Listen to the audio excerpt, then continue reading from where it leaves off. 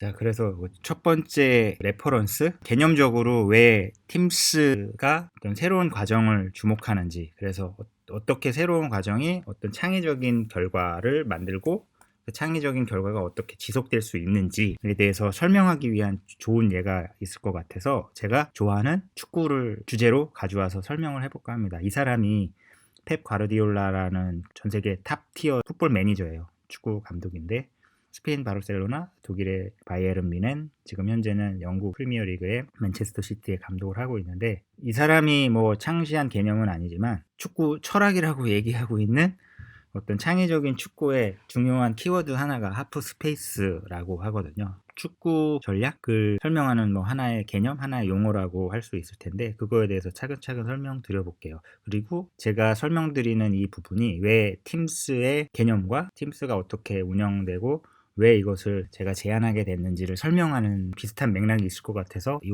유튜브 영상을 캡처해 가지고 설명을 드리려고 합니다. 전통적인 축구에서는 이렇게 36, 18 그라운드를 18개 존으로 나눠서 한쪽 진영을 보자면 9개 진영으로 나눠서 레프트, 센터, 라이트, 포워드, 미드필드, 그리고 디펜드, 수비 지역인데, 이쪽에서 이렇게 공격한다는 관점에서 봤을 때는 이 영역이 가장 골을 만들어낼 수 있는 확률이 높은 지역이고, 수비하는 입장에서는 가장 위험한 지역이겠죠. 그래서 기본적으로 축구는 단순하게 이쪽에 들어가서 골을 넣는 것이 목적이기 때문에 이 존에 달성하기 위해서는 이 지역에 선수를 많이 모이게 한다든지, 많이 모여진 곳에 공이 효율적으로 어떻게 빠르게 도달하게 하느냐에 따라서 골을 넣을 확률이 높아지고, 그러면 승리할 수 있는 확률이 높아지겠죠.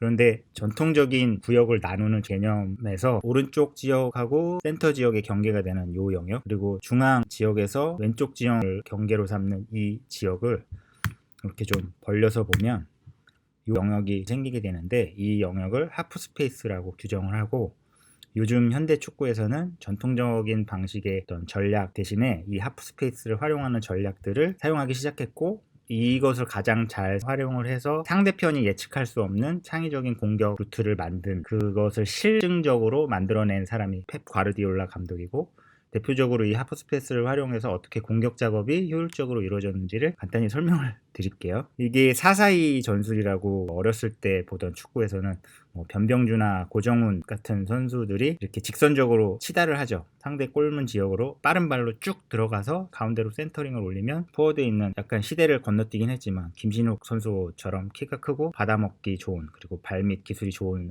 사람들을, 공격수를 두 사람을 더 가지고 이렇게 골을 넣는 전통적인 방식에서는 이것이 가장 기본적인 축구 전술이었다고 하거든요.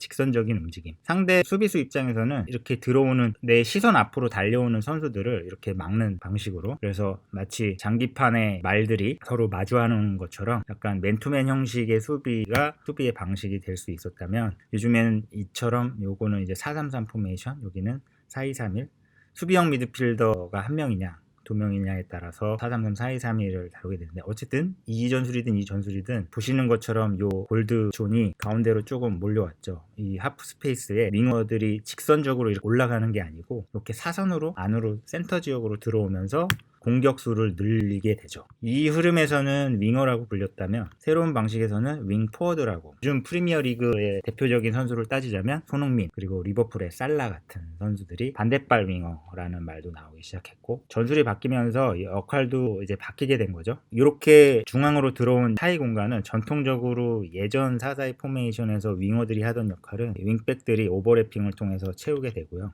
그래서 이제 Z 순서로 이 그림을 보다 보면 요 윙포워드들이 가운데로 들어오면은 요 영역이 공간이 생기고, 생긴 공간으로 윙들이 이렇게 넘어오면 이 지금 현재 그림에서는 왼쪽 그 윙백이 오버래핑을 해서 공격 지역 깊숙이 들어가요. 공을 드리블을 해서. 그러면은 상대 수비는 이거 막기 위해서 딸려가게 되고, 그러면 이 공간이 벌어지니까 요 센터백 중에 오른쪽 센터백이 그 공간을 메우기 위해서 이렇게 움직이게 되겠죠. 균형을 맞추기 위해서. 그렇게 되면 지금 현재 국가대표의 황의조 같은 선수가 가운데서 이렇게 라인 브레이킹하면서 뛰어들어가면서 골을 넣게 되거나, 이런 흐름이 되는 거예요. 그래서 이와 같은 방식의 전술을 하프 스페이스를 활용한 전술이라고 볼 수 있고, 그것에 대해서 비교하는 그림을 상대적으로 왼쪽 오른쪽으로 그려봤어요.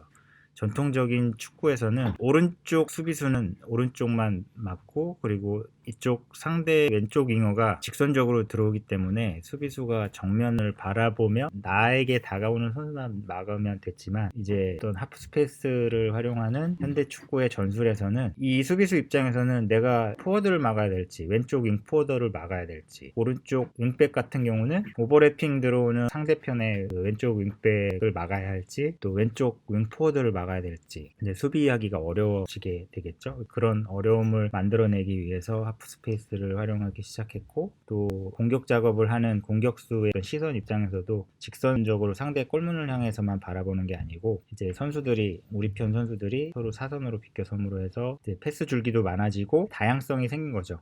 다양성이 생긴다는 거는 그만큼 과정에서 만들어지는 그 경우의 수가 훨씬 더 많아진 거예요. 그래서 이걸 이제 창의적인 과정이라고 할 수 있는데, 오버라고 생각하실 수도 있지만, 제가 바라본 관점에서 방송 제작 방식이나 역할 분담은 옛날 전통적인 축구의 사사이 방식이랑 상당히 닮아 있다고 이제 저는 보는 겁니다. 그래서 수비는 수비만 잘하면 되고, 미드필더는 수비에서 넘어온 공을 공격수한테 잘 전달하기만 하면 되고, 또 전체적으로 모든 10명의 선수가, 골키퍼를 제외한 10명의 선수가 수비하는 방식은 내 시선 앞으로 다가오는 상대편 선수 한 사람만 잘 커버를 하면은 전체적인 팀 퍼포먼스에 큰 문제가 없었던 거죠.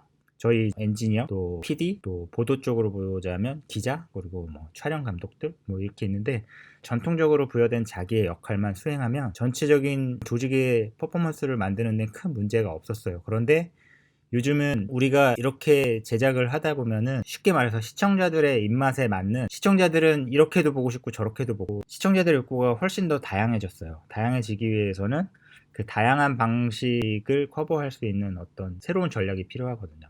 그래서 저는 하프 스페이스를, 굳이 이걸 비교를 하자면 이 축구 전술에서 하프 스페이스를 주목하는 것처럼, 저희들이 전통적으로 직종이 됐든 고유 업무, 저 같은 경우는 SMR 담당이고, 어떤 분은 영상 감독을 하고 계신 분도 있고, 음향 감독을 하고 계신 분도 있고, 또 저희 직종뿐만이 아니라 취재 기자분도 계시고, 촬영 기자분도 계시고, 촬영 감독님도 계시고, PD도 계시고, 뭐 작가분도 계시고, 뭐 다양한 역할들이 있는데, 고유에 부여된 그런 역할들 뿐만 아니라 그 사이 공간을 바라본다면 창의적인 성과를 만들어낼 수 있지 않을까 하는 생각으로 이 그림을 그려봤던 겁니다. 그래서 하프 스페이스를 가지고 팀스가 지향하는 것은, 우리의 전통적인 그 틀의 그 사이사이 보지 않았던 빈틈을 바라보며 활용해서 조금 창의적이고 다양한 어떤 작업들을 만들어 보자는 취지인 것입니다.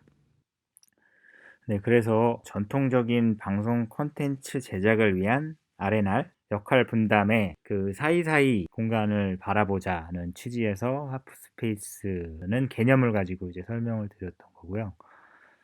그렇게 사이 공간을 바라보며 모인 사람들이 어떻게 모이고 또 어떻게 일할 수 있는지에 대해서 설명드릴 수 있는 또 다른 예를 가지고 말씀드려 보겠습니다.